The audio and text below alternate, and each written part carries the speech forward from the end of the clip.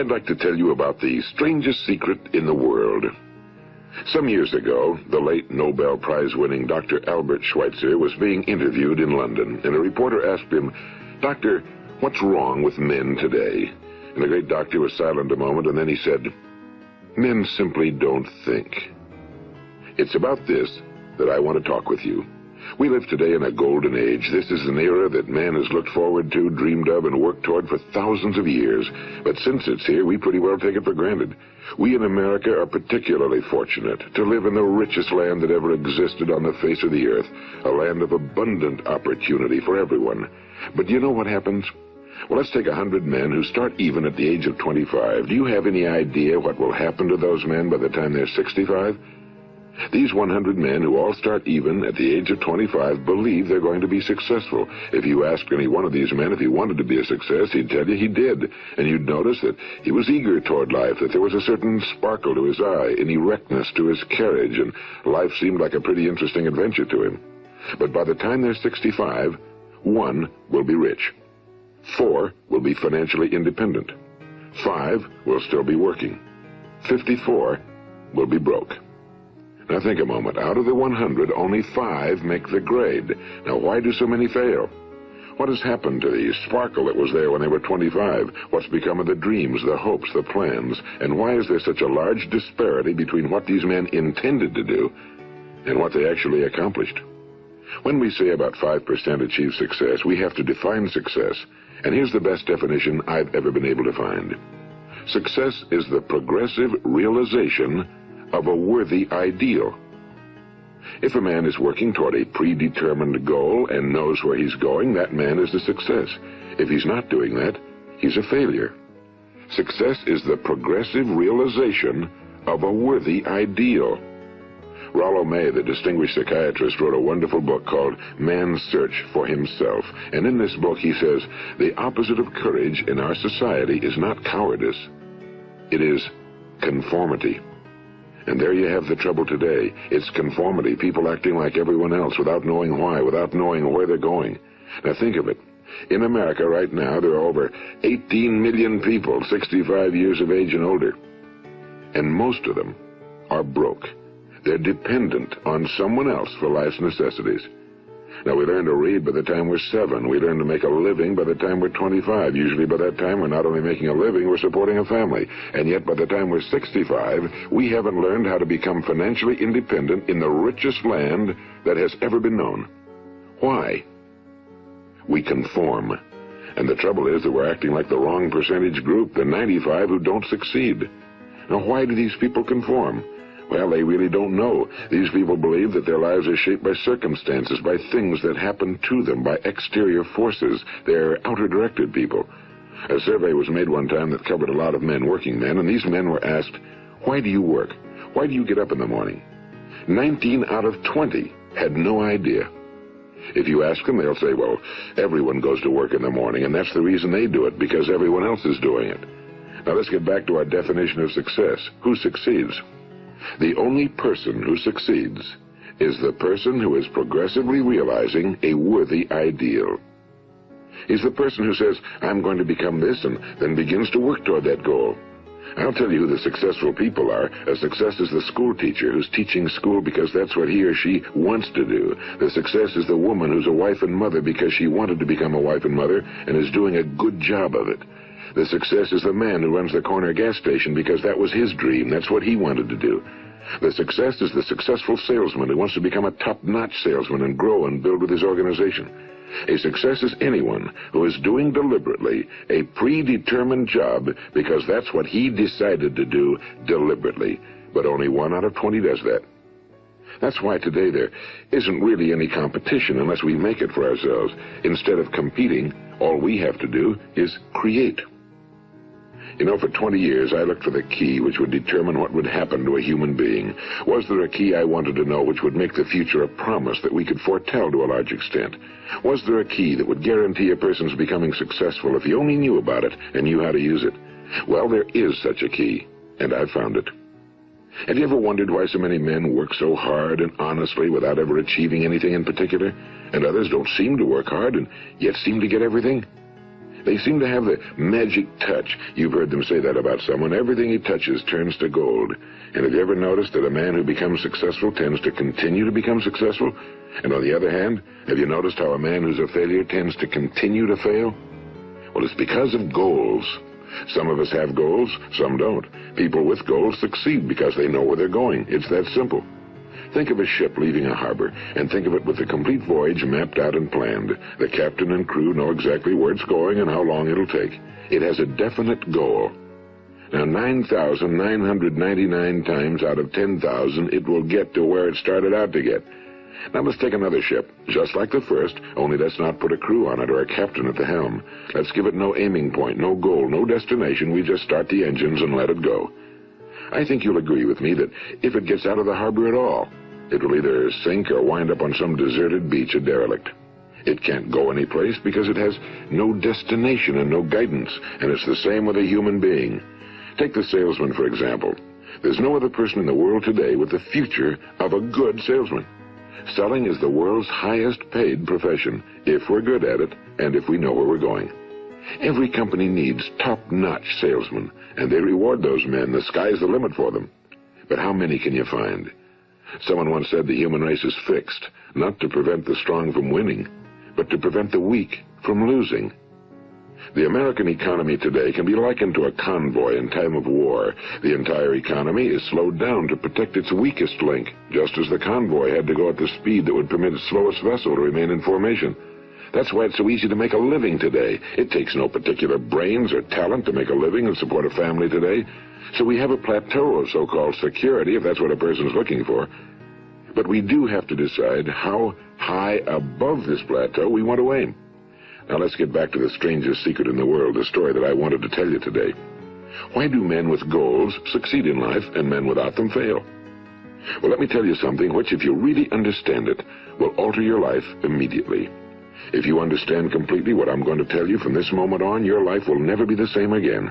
You will suddenly find that good luck just seems to be attracted to you. The things you want just seem to fall in line, and from now on you won't have the problems, the worries, the gnawing lump of anxiety that perhaps you've experienced before. Doubt, fear, well, they'll be things of the past. Here's the key to success and the key to failure. We become what we think about. Now let me say that again. We become what we think about.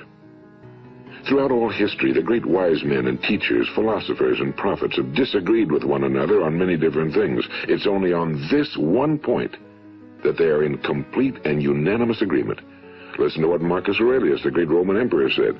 A man's life is what his thoughts make of it. Disraeli said this, everything comes if a man will only wait. I've brought myself by long meditation to the conviction that a human being with a settled purpose must accomplish it, and that nothing can resist a will that will stake even existence for its fulfillment. Ralph Waldo Emerson said this, a man is what he thinks about all day long. William James said, the greatest discovery of my generation is that human beings can alter their lives by altering their attitudes of mind. And he also said, we need only in cold blood act as if the thing in question were real, and it will become infallibly real by growing into such a connection with our life that it will become real. It will become so knit with habit and emotion that our interest in it will be those which characterize belief. And he also said, if you only care enough for a result, you will almost certainly attain it. If you wish to be rich, you will be rich. If you wish to be learned, you will be learned.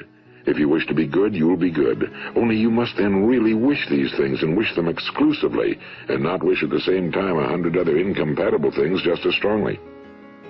In the Bible, you read in Mark 9:23, if thou canst believe, all things are possible to him that believeth. My old friend Dr. Norman Vincent Peale put it this way, this is one of the greatest laws in the universe. Fervently do I wish I had discovered it as a very young man.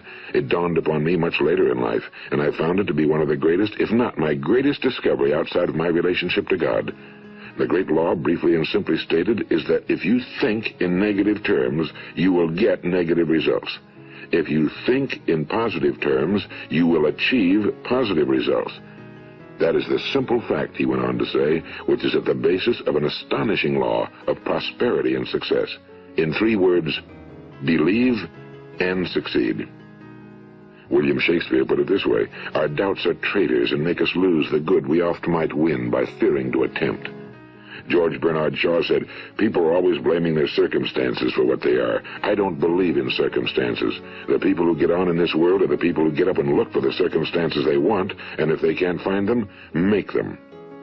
Well, it's pretty apparent, isn't it? And every person who discovered this for a while believed that he was the first one to work it out. We become what we think about. Now, it stands to reason that a person who's thinking about a concrete and worthwhile goal is going to reach it, because that's what he's thinking about, and we become what we think about. Conversely, the man who has no goal, who doesn't know where he's going, and whose thoughts must therefore be thoughts of confusion and anxiety and fear and worry, becomes what he thinks about. His life becomes one of frustration and fear and anxiety and worry. And if he thinks about nothing, he becomes nothing. Now, how does it work? Why do we become what we think about? Well, I'll tell you how it works as far as we know. Now, to do this, I want to tell you about a situation that parallels the human mind. Suppose a farmer has some land, and it's good fertile land. Now, the land gives the farmer a choice. He may plant in that land whatever he chooses. The land doesn't care. It's up to the farmer to make the decision. Now, remember, we're comparing the human mind with the land because the mind, like the land, doesn't care what you plant in it. It will return what you plant, but it doesn't care what you plant. Now, let's say that the farmer has 2 seeds in his hand. One is a seed of corn, the other is nightshade, a deadly poison. He digs 2 little holes in the earth and he plants both seeds, one corn, the other nightshade. He covers up the holes, waters, and takes care of the land, and what will happen? Invariably, the land will return what's planted. As it's written in the Bible, as ye sow, so shall ye reap. Now remember, the land doesn't care. It'll return poison in just as wonderful abundance as it will corn. So up come the 2 plants, one corn, one poison. Now, the human mind is far more fertile, far more incredible and mysterious than the land, but it works the same way. It doesn't care what we plant. Success, failure. A concrete, worthwhile goal, or confusion. Misunderstanding, fear, anxiety, and so on. But what we plant, it must return to us. You see, the human mind is the last great unexplored continent on Earth. It contains riches beyond our wildest dreams. It will return anything we want to plant. Now, you might say, well, if that's true, why don't people use their minds more? Well, I think they've figured out an answer to that one, too. Our mind comes as standard equipment at birth. It's free, and things that are given to us for nothing we place little value on. Things that we pay money for, we value. The paradox is that exactly the reverse is true. Everything that's really worthwhile in life came to us free.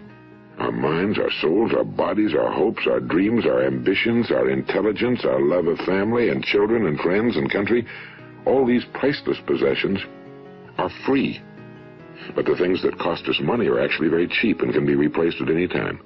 A good man can be completely wiped out and make another fortune. He can do that several times. Even if our home burns down, we can rebuild it. But the things we got for nothing, we can never replace.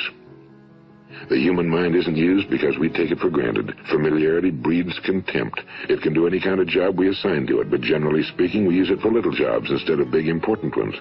Universities have proved that most of us are operating on about 10% or less of our abilities. So decide now, what is it you want? Plant your goal in your mind. It's the most important decision you'll ever make in your entire life. What is it you want? Do you want to be an outstanding salesman? A better worker at your particular job? Do you want to go places in your company, in your community? Do you want to get rich? All you've got to do is plant that seed in your mind, care for it, work steadily toward your goal, and it will become a reality. It not only will, there's no way that it cannot.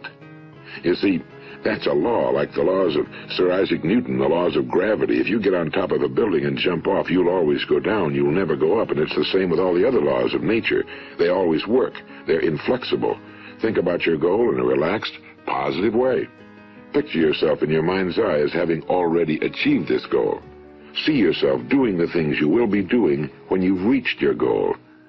Ours has been called the phenobarbital age, the age of ulcers and nervous breakdowns and tranquilizers. At a time when medical research has raised us to a new plateau of good health and longevity, far too many of us worry ourselves into an early grave trying to cope with things in our own little personal ways without learning a few great laws that will take care of everything for us.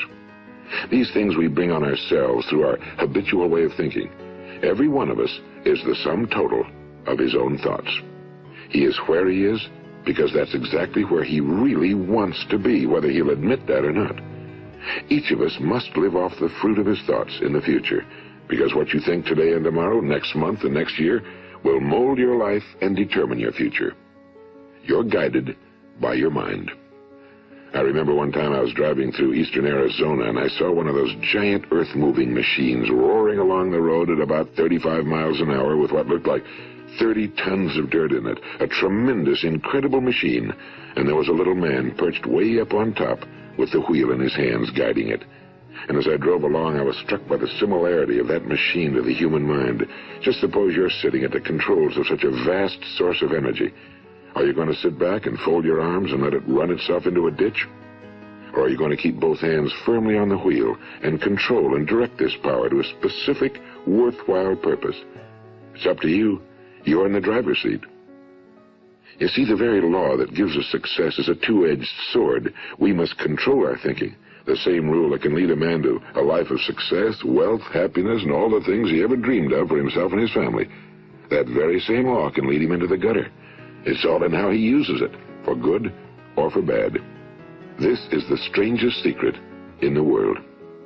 Now, why do I say it's strange, and why do I call it a secret? Actually, it isn't a secret at all. It was first promulgated by some of the earliest wise men, and it appears again and again throughout the Bible, but very few people have learned it, understand it. That's why it's strange, and why for some equally strange reason it virtually remains a secret. I believe that you could go out and walk down the main street of your town and ask one man after another what the secret of success is, and you probably wouldn't run into one man in a month who could tell you. Now, this information is enormously valuable to us if we really understand it and apply it. It's valuable to us not only for our own lives, but the lives of those around us, our families, employees, associates, and friends. Life should be an exciting adventure. It should never be a bore. A man should live fully, be alive. He should be glad to get out of bed in the morning. He should be doing a job he likes to do because he does it well. One time I heard Grove Patterson, the great late editor-in-chief of the Toledo Daily Blade, make a speech, and as he concluded his speech, he said something I've never forgotten. He said, "My years in the newspaper business have convinced me of several things. Among them, that people are basically good, and that we came from someplace, and we're going someplace. So we should make our time here an exciting adventure. The architect of the universe didn't build a stairway leading nowhere." And the greatest teacher of all, the carpenter from the plains of Galilee, gave us the secret time and time again. As ye believe, so shall it be done unto you. I've explained the strangest secret in the world and how it works. Now, on this side, I want to explain how you can prove to yourself the enormous returns possible in your own life by putting this secret to a practical test. I want you to make a test that will last 30 days. It isn't going to be easy, but if you'll give it a good try, it will completely change your life for the better. Now, back in the 17th century, Sir Isaac Newton, the English mathematician and natural philosopher, gave us some natural laws of physics which apply as much to human beings as they do to the movement of bodies in the universe. And one of these laws is that for every action, there is an equal and opposite reaction. Simply stated, as it applies to you and me, it means we can achieve nothing without paying the price. The results of your 30-day experiment will be in direct proportion to the effort you put forth. To be a doctor, you must pay the price of long years of difficult study. To be successful in selling, and remember that each of us succeeds to the extent of his ability to sell.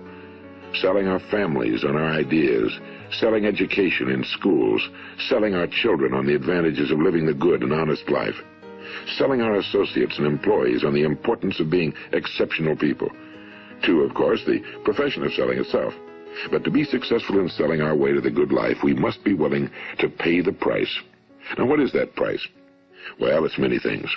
First, it's understanding emotionally, as well as intellectually, that we literally become what we think about, that we must control our thoughts if we're to control our lives. It's understanding fully that as ye sow, so shall ye reap. Second, it's cutting away all fetters from the mind and permitting it to soar as it was divinely designed to do. It's the realization that your limitations are self-imposed and that the opportunities for you today are enormous beyond belief.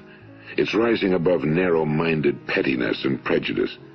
And third, it's using all your courage to force yourself to think positively on your own problem, to set a definite and clearly defined goal for yourself, to let your marvelous mind think about your goal from all possible angles, to let your imagination speculate freely upon many different possible solutions, to refuse to believe that there are any circumstances sufficiently strong to defeat you in the accomplishment of your purpose, to act promptly and decisively when your course is clear, and to keep constantly aware of the fact that you are, at this moment, standing in the middle of your own acres of diamonds, as Russell Conwell used to point out.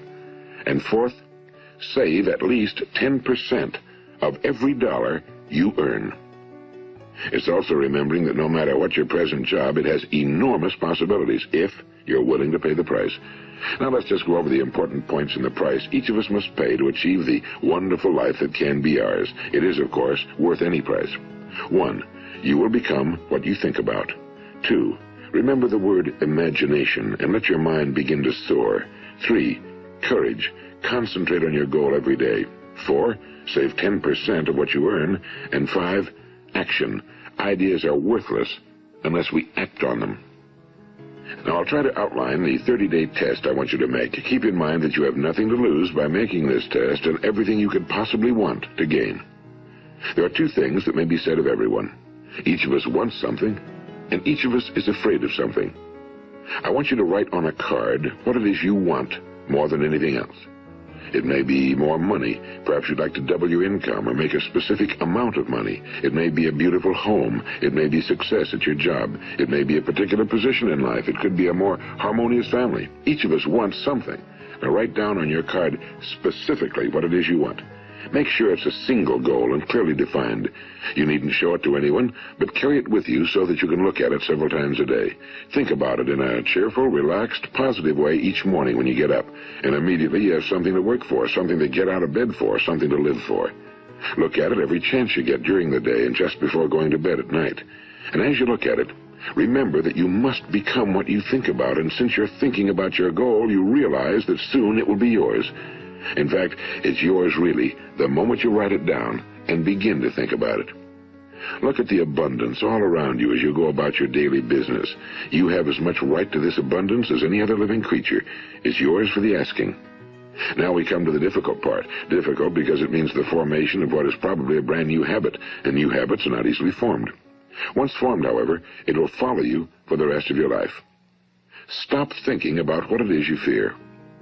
Each time a fearful or negative thought comes into your consciousness, replace it with a mental picture of your positive and worthwhile goal. And there will come times when you'll feel like giving up. It's easier for a human being to think negatively than positively. That's why only 5% are successful. You must begin now to place yourself in that group.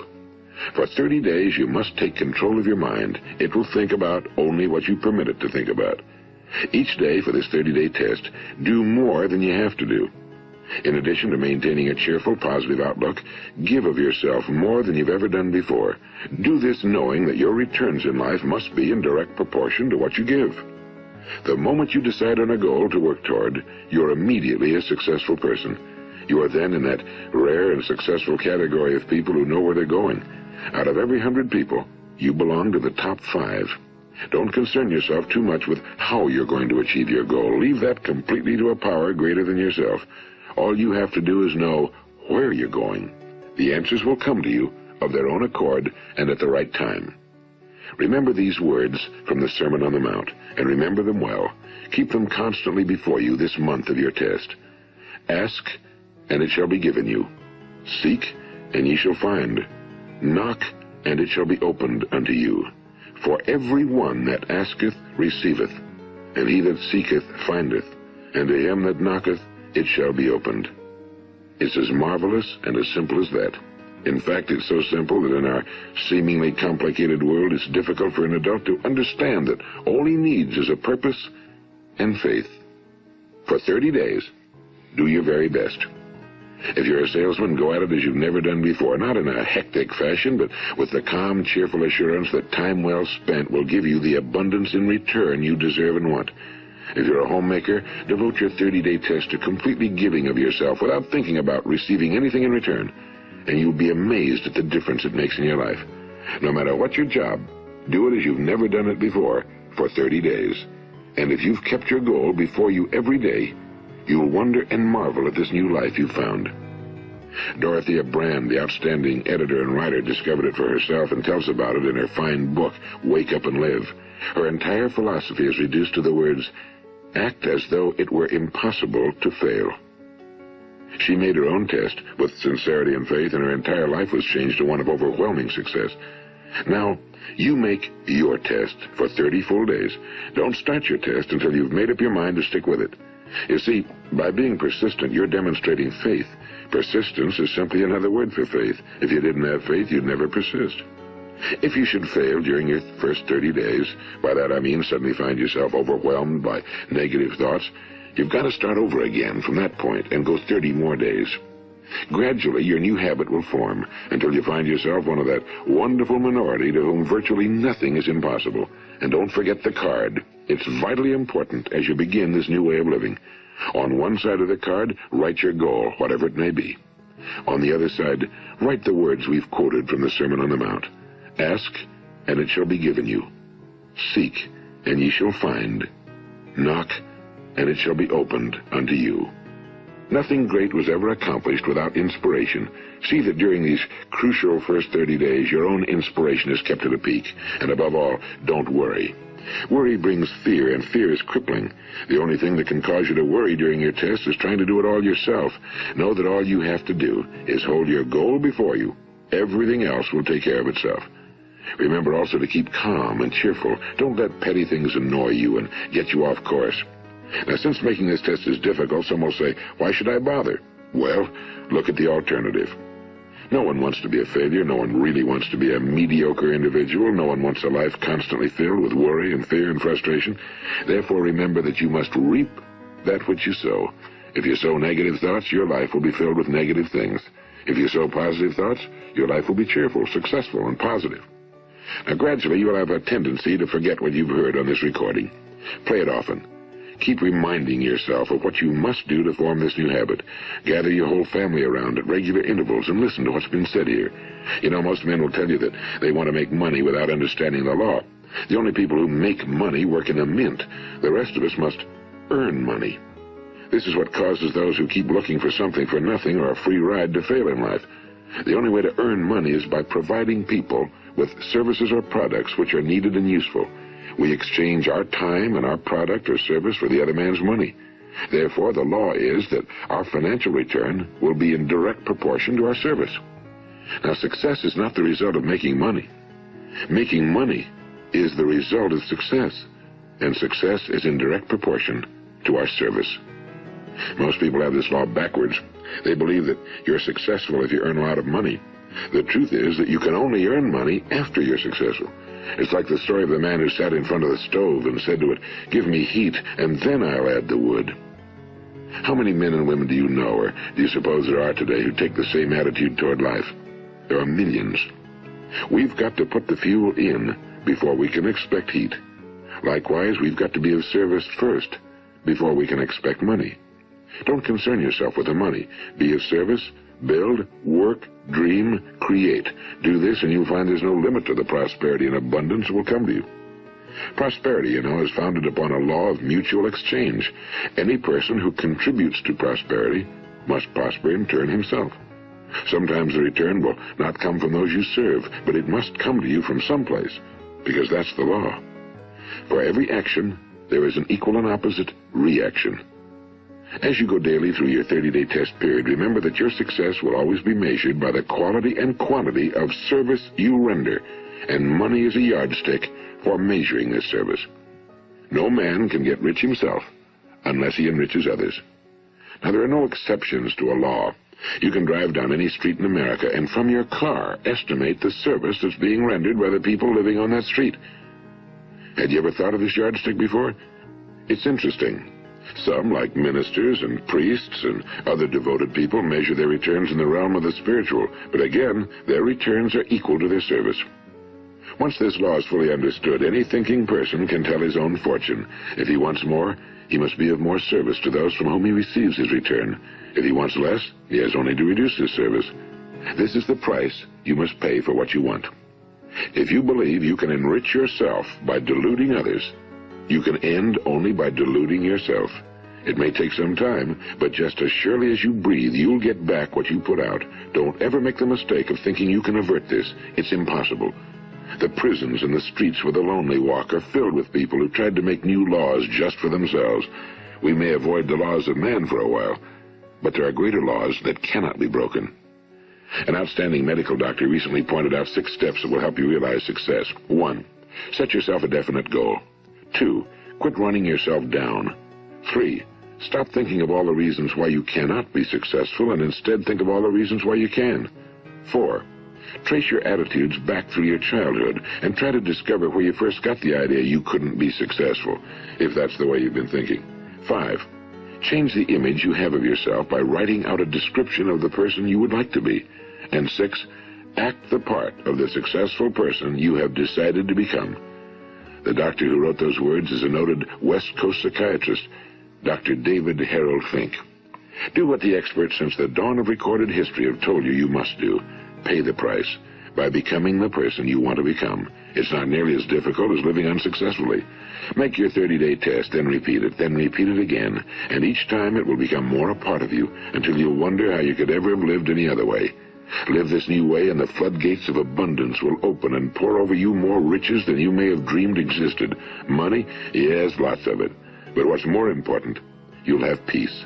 You'll be in that wonderful minority who lead calm, cheerful, successful lives. Start today. You have nothing to lose, but you have a whole life to win.